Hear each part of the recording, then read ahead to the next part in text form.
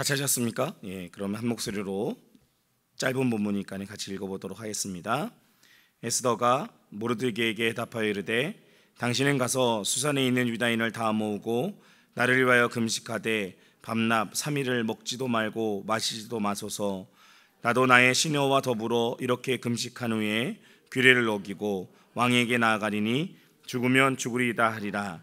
모르드게가 가서 에스더가 명령한 대로 다 행하니라. 아멘. 우리 옆 사람에게 이렇게 인사하면 좋겠습니다. 잘생기셨습니다.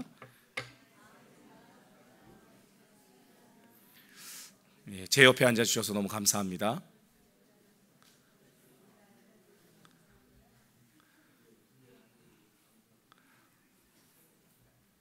네, 너무 즐겁게 웃으셔서. 네. 오늘 제가 정말 행복합니다. 제 학생들이 지금 와 있는데요. 안 보이던 친구들이 와 있어서 너무 행복하네요. 예. 감사합니다. 이 세상에 오셔서 또 하나님 앞에 예배하러 나온 여러분들을 통해서 하나님께서 하나님의 일들을 이루시길 소망합니다. 우리 찬양한 고백처럼 전능하신 하나님이 오늘도 여러분들에게 하나님의 말씀을 주실 것이고 그 말씀으로 여러분들이 살아가실 때 이 땅엔 하나님의 뜻이 드러나고 보여지게 될 것을 믿습니다. 오늘 또 저희가 하나님의 임하심을 소망하면서 우리 함께 하나님의 말씀을 나눌 수 있길 소망합니다. 금요기도회를 자주 나오시는 분들은 이렇게 생각하실 수 있어요. 똑같은 본문을 또 보네. 예, 그렇습니다. 오늘은 에스더서 4장 15절로 17절까지의 말씀인데요. 지난 시간에는 모르드게라는 사람에 대해서 좀 집중해서 봤다면 오늘은 에스더라는 사람을 좀 집중해서 성경 말씀을 살펴보려고 합니다. 지난번 시간에 모르드게라는 사람을 살펴보면서 영적 권위에 대해서 생각해 보았습니다. 예수 그리스도 안에 있는 사람, 그리고 그 예수 그리스도 안에 있는 사람의 영적 권위의 말씀은 우리가 듣고 따라야 한다라는 이야기를 나눴다면, 그 이야기를 들었던 이 에스더라는 사람의 또 장점에 대해서 오늘 좀 함께 살펴보려고 합니다. 모르드게가 정말 심한 말을 했습니다. 에스더에게. 에스더서 4장 13절 14절 말씀에 보면 모르드게가 그를 시켜 에스더에게 답하되 너는 왕궁에 있으니 모든 유다인지 홀로 목숨을 건지려 생각하지 말라. 이때에 내가 만일 잠잠하여 말이 없으면 유다인들은 다른 데로 말미암아 노임과 구원을 얻으려니와 너와 내 아버지 짐을 명명하리라. 내가 왕후의 자리를 얻은 것이 이때를 위함이 아닌지 누가 알겠느냐 하니라는 말을 모르드게가 하죠. 이때를 너가 놓치면, 에스더야 너가 놓치면 우리는 분명 구원함을 얻고 너와 너의 가족들 모두 죽게 될 거야 라는 이야기입니다. 이런 직선적인 꾸지람을 들을 때 두 가지의 반응이 나타난다고 합니다. 한 사람은 심한 낙심과 좌절을 경험합니다. 아, 정말 그래? 라고 낙심하거나 좌절하는 사람들이 있죠. 또 어떤 사람들이 있냐면 이 직선적인 꾸지람이 성장의 밑거름이 되는 사람도 있습니다. 아, 그렇지, 내가 몰랐는데 라고 생각하는 사람들이 있다는 거죠. 이 에스더라는 사람은 이 전자와 후자의 인물 중에 후자의 인물에 속한 사람이었습니다. 모르드게의 직선적인 꾸지람을 들었을 때 그것이 그를 낙심하거나 절망에 빠뜨리지 않고 그가 한 단계 더 성장할 수 있는 밑거름이 되었다라는 겁니다. 그래서 이 모르드게의 직선적인 말을 듣고도 상처 입지 않습니다. 되려 자신의 잘못된 행동을 고치고 하나님이 원하시는 바른 신앙의 모습으로 자신의 삶의 방법과 자리를 바꾸오는 그런 에스더의 모습을 볼 수 있습니다. 이것이 바로 에스더의 장점인데요, 우리는 이 에스더의 장점을 에스더의 수용성이라고 말해줄 수 있습니다. 손뼉도 마주쳐야 소리가 난다라고 이야기합니다. 모르드게의 직선적인 말이 있었지만 그 말로 인해서 하나님의 역사가 다 나타나진 않았다는 겁니다. 여기에 더해서 에스더의 수용성이 하나님의 역사를 일으키는 좋은 밑거름이 되었다라는 것이죠. 왜 이 에스더의 수용성이 중요할까요? 우리 에스더의 이 수용성을 생각해 보면 한 말씀이 생각납니다. 마태복음 9장 17절입니다. 새 포도주를 낡은 가죽 부대에 넣지 아니하느니 그렇게 하면 부대가 터져 포도주도 쏟아지고 부대도 버리게 됩니다. 새 포도주는 새 부대에 넣어야 둘이 다 보존되느니라라고 이야기합니다. 예수님은 새 포도주와 이 낡은 가죽 부대의 비유로 이 수용성에 대한 개념을 설명하고 있습니다. 이 포도주의 한 가지 특징이 있는데, 이 포도주는 발효되어지는 과정 속에 가스가 생긴다고 합니다. 그래서 가스가 부글부글 끓어오르는데, 그렇기 때문에 당시 사람들은 이 포도주를 담는 그릇으로 이 가죽을 사용했습니다. 왜냐하면 가죽은 신축성이 있죠. 늘어납니다. 그래서 포도주를 담았을 때 어떻게 합니까? 포도주가 가스가 차고 부글부글 끓어올라도 이 가죽이 함께 늘어나면 전혀 문제가 없다라는 겁니다. 그런데 문제는 뭡니까? 이 부대가, 가죽 부대가 시간이 지날수록 이 신축성을 잃어버린다는 데 있습니다. 신축성을 잃어버린 부대는 어떻게 됩니까? 낡은 가죽 부대가 되고, 거기에 새 포도주를 넣었을 때는 심하면 포도주가 부대가 터져버려서 담아는 모든 새 포도주가 버려지는 상황에까지 이르렀다라는 것이죠. 자, 그럼 중요한 것은요, 왜 예수님이 이 말씀을 하셨을까 합니다. 왜 예수님이 이 새 포도주와 이 낡은 가죽 부대에 대한 이야기를 했을까요? 우리는 그래서 성경 본문을 조금 더 앞으로 돌아가서 읽어볼 필요가 있습니다. 마태복음 9장 10절 말씀을 쭉 읽어보시면 어떤 이야기가 등장을 하고 있냐면, 예수님께서 세리 마태의 집에서 교제를 나누시는 장면이 등장을 합니다. 그런데 당시 세리는 어떤 사람들이었습니까? 이 동족들의 피를 빨아먹는 흡혈귀와도 같은 존재로 여겨지던 사람들이었습니다. 그렇기 때문에 유대인들은 이 세리와는 상종도 하지 않습니다. 그런데 예수님은 이 마태의 집, 세리의 집에 머물러 있을 뿐만 아니라 성경에 보면 많은 죄인들과도 함께 했다라고 성경에 표현하고 있는 겁니다. 세리, 흡혈귀와도 함께 하는 것도 두려운 일인데, 더군다나 많은 죄인들과 함께 했습니다. 바리새인들의 입장에서 보면 이것은 견딜 수 없는 일이었죠. 그래서 예수님의 제자들에게 불만을 말합니다. 9장 11절입니다. 바리새인들이 보고 그의 제자들에게 이르되 어찌하여 너희 선생은 세리와 죄인들과 함께 잡수시느냐. 자, 바리새인들의 눈에 의하면 마태, 이 세리와 함께 하신 예수님은 이해할 수가 없는 겁니다. 더군다나 이 마태, 이 세리와 함께 있는 것뿐만 아니라 누구하고 있었다고요? 죄인들과도 함께하고 있는 예수님은 더더군다나 이해할 수 없었다는 겁니다. 그래서 바리새인들은 제자들에게 이야기하는 겁니다. 어떻게 너희 선생은 세리와 죄인들과 함께 먹고 있느냐? 성도 여러분, 바리새인들의 판단이 틀렸나요? 아닙니다. 당시 바리새인들의 판단은 정확했습니다. 바리새인들의 율법과 바리새인들의 규례와 바리새인들이 세운 그런 모든 것들에 마태와 세리와 죄인들과 함께 식사하시는 예수님은 틀렸다라는 겁니다. 맞지 않는 일이죠. 그러나 여기서 우리가 생각해 봐야 될 것은, 과연 바리새인들이 생각과 틀로 예수님을 판단할 수 있느냐라는 겁니다. 바리새인들의 생각이 옳았지만 바리새인들의 생각으로 참 하나님이신 예수님의 행동을 가둬둘 수 있었느냐라는 겁니다.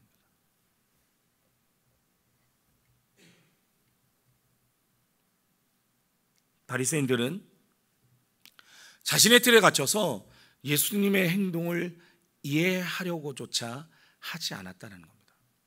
왜 예수님이 세리와 죄인들과 함께 식사하고 계시지? 라는 것조차도 이해하려 하지 않았다는 겁니다. 아니, 이해할 필요도 없었습니다. 왜? 자신들이 세운 규례와 율례에는 그것은 잘못되어져 있는 일이었기 때문에. 바리새인들만 그랬나요? 성경에 보면 요한의 제자들도 이렇게 이야기합니다. 마태복음 9장 14절 말씀에 보면 그때 요한의 제자들이 예수께 나와 이르되 우리와 바리새인들은 금식하는데 어찌하여 당신의 제자들은 금식하지 아니하나이까? 라고 이야기하죠. 요한의 제자입니다. 세례 요한의 제자들 있죠. 그런데 그들조차도 예수님께 나와서 시비를 겁니다. 왜 당신과 당신의 제자들은 금식하지 않습니까? 이러한 상황 속에서 예수님은 낡은 가죽 부대의 메시지를 전하고 있는 겁니다. 낡은 가죽 부대의 의미가 어디에 있습니까? 우리의 삶의 모습에 경직된, 수축된 삶의 모습들이 있지 않느냐는 겁니다. 내 생각과 내 방법과 내 가치관을 가지고 다른 사람들을 판단하고 다른 사람들을 비판하고 다른 사람들을 징계하고 있지는 않느냐는 겁니다.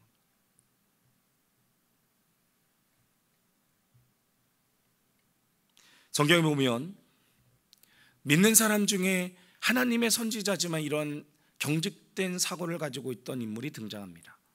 잘 아시는 요나입니다.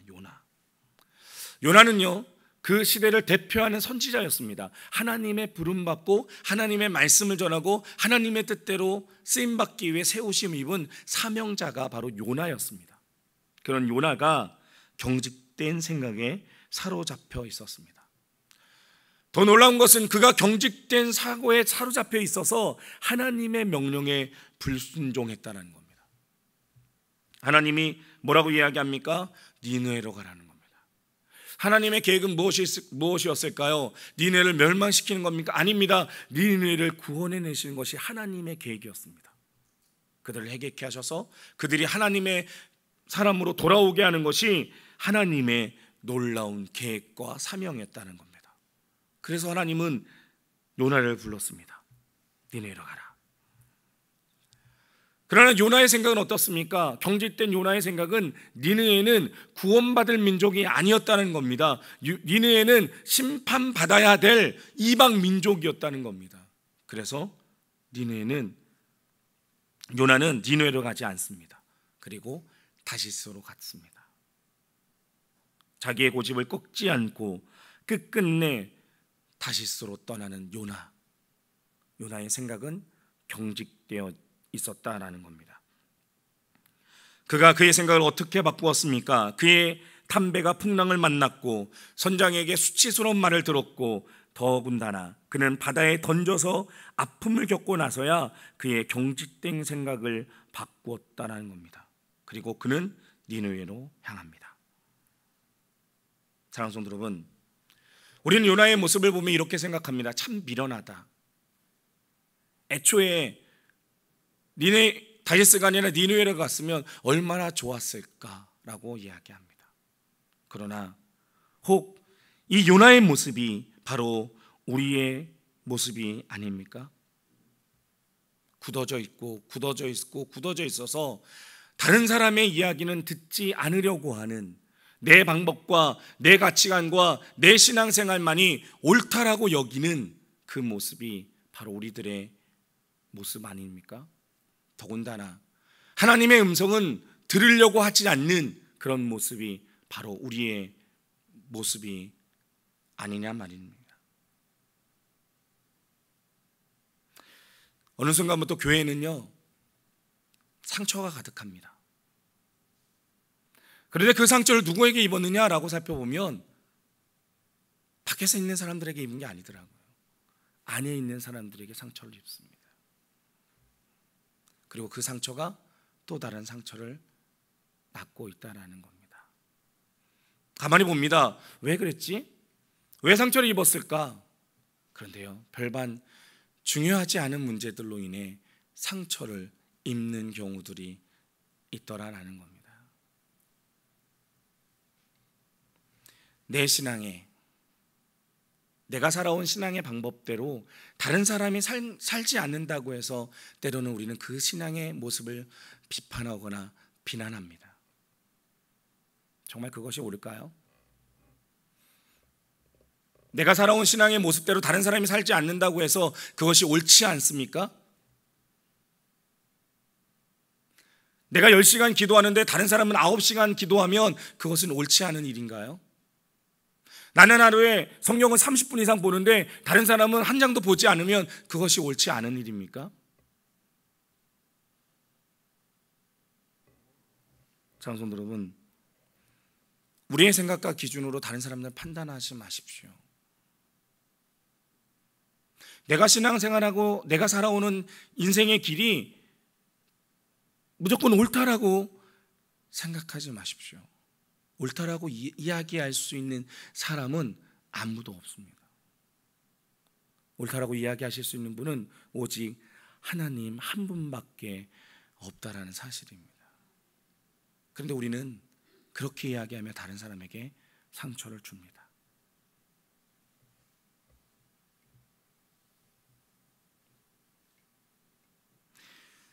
오늘 이 에스더라는 사람을 생각해 보며 다시 한번 우리의 모습들이 신축성 있는 새 가족 부대가 될 수 있길 간절히 소망합니다. 하나님의 말씀이, 하나님의 뜻이 이 경직된 우리를 풀고 신축성 있는 새 가족 부대로 새수를 담을 수 있는 우리 필그림의 성도들이 되실 수 있길 소망합니다. 에스더는 경직을 풀고 신축성을 가지고 있어서 하나님의 은혜를 경험하게 됩니다. 그가 경험한 은혜가 네 가지가 있는데요. 첫 번째로 그가 경험한 은혜는 함께의 정신을 얻습니다. 에스더서 4장 13절 말씀에 보면 모르드게가 글을 시켜 에스더에게 하답하되 너는 왕궁에 있으니 모든 유다인 중에 홀로 목숨을 건지리라 생각하지 말라라고 이야기합니다. 에스더가 이 경직된 모습에서 신축성 있는 새 부대가 되었을 때 얻었던 하나님의 은혜는 함께하는 은혜입니다. 그런데 4장 13절 말씀에 보면 에스더의 모습을 어떻게 표현하고 있냐면 왕궁에 홀로라는 단어를 쓰고 있었다는 겁니다. 당시 모르드게는 죄를 뒤집어 쓰고 굵은 베옷을 입고 대성통곡하며 고통스러워하고 있었습니다. 그런데 에스더는 그 사실을 전혀 몰랐다는 겁니다. 왜요? 왕궁에 홀로 있었기 때문에. 밖에서 지금 난리가 났습니다. 민족이 죽을 수도 있는 위기에 처해 있었습니다. 그런데 에스더는 나 몰라라 하고 있었다는 거예요. 왜요? 왕궁에 홀로 있었기 때문에. 그런 그가 모르드게의 모습을 받고 이렇게 부탁합니다. 4장 16절이죠. 당신은 가서 수산에 있는 유다인을 모으고 나를 위하여 금식하되 밤낮 3일을 먹지도 말고 마시지도 마소서. 이제는 에스더가 뭐라고 부탁을 합니까? 모든 유다인들을 모아달라는 겁니다. 왜? 나를 위해서. 이전에는 나 혼자 왕궁에 홀로 있었지만 이젠 에스더는 혼자가 아닙니다. 모르드게도 있고 그와 함께 기도하는 시녀도 있고 또 자신과 같은 길을 걸어갈 동족들이 있었다라는 겁니다. 사랑하는 성도분, 우리가 경직된 사고를 풀 때 우리는 함께라는 은혜를 경험할 수 있습니다. 하나님의 길을요, 우리는 홀로 걸어가는 것이 아니라 함께 걸어가고 있는 사람들이 있다라는 사실에 감사할 수 있게 된다라는 겁니다. 옆에 사람 다시 한번 볼까요? 감사하지 않으세요?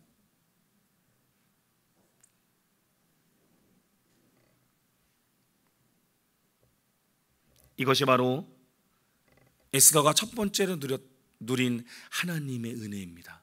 더불어 함께 기쁨을 나눌 수 있는 사람. 두 번째, 에스더가 이 생각의 경직을 품고 신축성을 가질 수 있을 때 눈을 누렸던 것은 바로 중보기도에 눈을 뜨게 됐다라는 사실입니다. 4장 16절 다시 한번 보시면 당신은 가서 수산에 있는 유다인을 모으고 나를 위하여 금식하되라고 이야기합니다. 생각의 경직을 풀자 그가 사용할 수 있는 아주 놀라운 무기가 있음을 깨닫게 됩니다. 그것은 바로 기도였습니다. 모든 공동체가 함께 금식하며 중보하며 기도할 수 있다는 놀라운 하나님의 은혜가 나에게 있구나라는 사실을 에스더가 깨달았다라는 겁니다. 상성도분, 기도는 놀라운 하나님의 은혜입니다. 어느 학생 하나가 이렇게 와서 저에게 얘기했습니다. 목사님, 중보기도의 힘이 참 큰 것 같아요. 제가 이야기하지 않았습니다. 학생 하나가 저한테 와서 그랬습니다. 중보기도의 힘이 참 큰 것 같아요. 단기선교를 갔다 와서 피드백을 하는데 한 아이가 또 이렇게 이야기합니다. 우리가 무사히 갔다 온 것이 우리를 위해서 기도해 주신 부모님들이 계셔서 그렇더라고요 라고 이야기합니다. 사랑하는 성도 여러분, 기도는 하나님이 우리에게 주신 특권입니다. 저희가 어제까지 그 중고등부 수련회를 위해서 학생들과 또 선생님들이 모여서 저녁 8시부터 기도회를 했습니다. 너무 좋았습니다.